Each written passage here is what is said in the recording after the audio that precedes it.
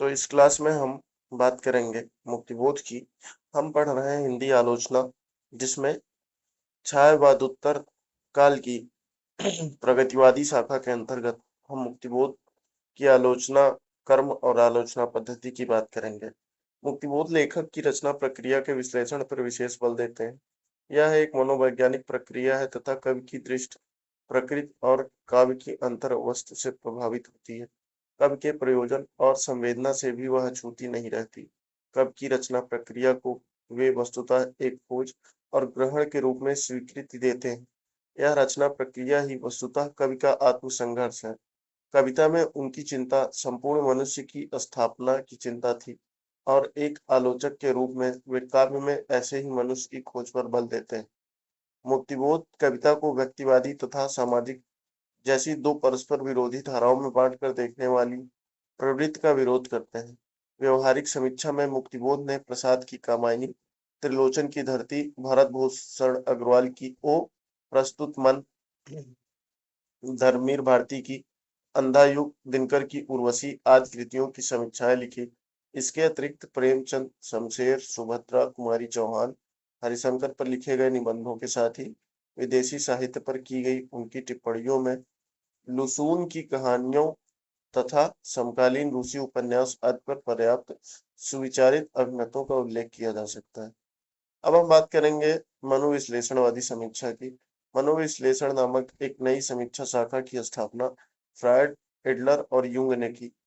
मनोविश्लेषणवादी सिद्धांतों की बात की जाए तो फ्रायड ने कामवृत्ति को, एडलर ने हीनता की पूर्ति की प्रवृत्ति को तथा यूंग ने जिजीविषा या अमरत्व की आकांक्षा को जीवन की प्रेरक शक्ति के रूप में माना है। साहित्यकार वह व्यक्ति है जो इन दमित इच्छाओं या कुंठाओं की सृजनात्मक अभिव्यक्ति करता है। कोई भी रचनाकार व्यक्तित्व का प्रक्षेपण कोई भी रचना रचनाकार के व्यक्तित्व का प्रक्षेपण होती है, और व्यक्तित्व की पहचान अवचेतन या अचेतन मन से होती है। समीक्षा का दायित्व है कि वह रचना की व्याख्या रचनाकार के व्यक्तित्व के माध्यम से करे। काम चेतना के सिद्धांत के अतिरिक्त प्रभुत्व की कामना और जीवित रहने की इच्छा के सिद्धांत भी मनुष्य की गहनतम प्रवृत्तियों की व्याख्या करते हैं, जिनका प्रयोग साहित्यिक समीक्षा में किया जाना चाहिए। चूंकि साहित्य का मूल संबंध बहिर्जगत से नहीं अंतर जगत से है, इसलिए प्रतीकों का प्रयोग साहित्य में आवश्यक है। बिंब और मिथक जैसे तत्व भी अंतर्मन की ग्रंथियों को सुलझाने में या व्यक्त करने में सक्षम हो सकते हैं। हिंदी में इलाचंद जोशी ने इसकी शुरुआत हिंदी में इलाचंद जोशी से इसकी शुरुआत मानी जाती है। अज्ञेय डॉक्टर देवराज उपाध्याय, डॉक्टर नागेंद्र और मनोविश्लेषणवादी समीक्षा पद्धति का प्रतिनिधि माना जाता है। इलाचंद जोशी ने फ्रायड को दैत्य विचारक कहा। इन्होंने दुखवाद में नामक निबंध अपने लेख में विषाद नामक नए रस की कल्पना की है। एडलर के प्रभुत्व की कामना, क्षतिपूर्ति के सिद्धांत और वासना के सिद्धांत से आगे प्रभावित हो आधुनिक हिंदी कथा साहित्य और मनोविज्ञान नामक अपने शोध प्रबंध में डॉक्टर देवराज ने मनोविश्लेषणात्मक समीक्षा पद्धति के मूल्यों को अपनाते हुए साहित्य और मनोविज्ञान के बीच के अंतर संबंधों की व्याख्या की। रोमानी भावुकता और नई कविता की छद्म भावुकता की निंदा लक्ष्मीकांत वर्मा ने की। इनकी पुस्तक नई कविता के प्रतिमान काफी चर्चित रही। जैनेन्द्र ने तो मनोविश्लेषणवाद और गांधीवाद को आपस में घुला मिला दिया है। अब हम बात करेंगे नई समीक्षा की। तो नई समीक्षा अंग्रेजी शब्द न्यू क्रिटिसिज्म का अनुवाद है, और यह 20वीं शताब्दी के आरंभ में अमेरिका व यूरोप में विकसित हुई नई समीक्षा न्यू क्रिटिसिज्म आंदोलन से प्रभावित भी है।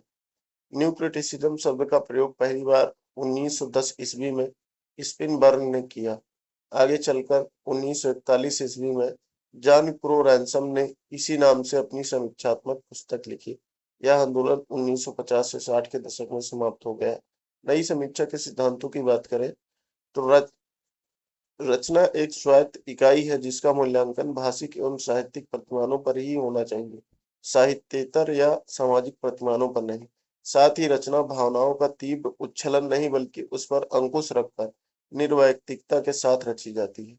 स्वानुभूति भोगे हुए यथार्थ गैर रोमांटिक एवं बौद्धिकता पर आधारित होने के कारण हिंदी में नई समीक्षा आंदोलन मुख्यतः प्रगतिवादी व स्वच्छंदतावादी दृष्टियों के विरुद्ध विकसित हुआ। नई समीक्षा आंदोलन के विकास में सर्वाधिक महत्वपूर्ण समीक्षक अज्ञेय हैं, जिनकी कई पुस्तकों जैसे त्रिशंकु, भवंती, अंतरा और आधुनिक साहित्य में यह पद्धति दिखाई देती है।